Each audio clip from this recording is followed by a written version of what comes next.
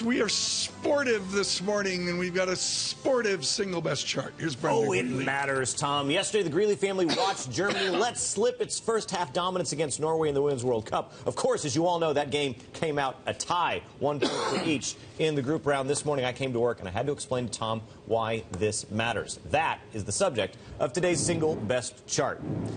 Tom, here's what we're looking at.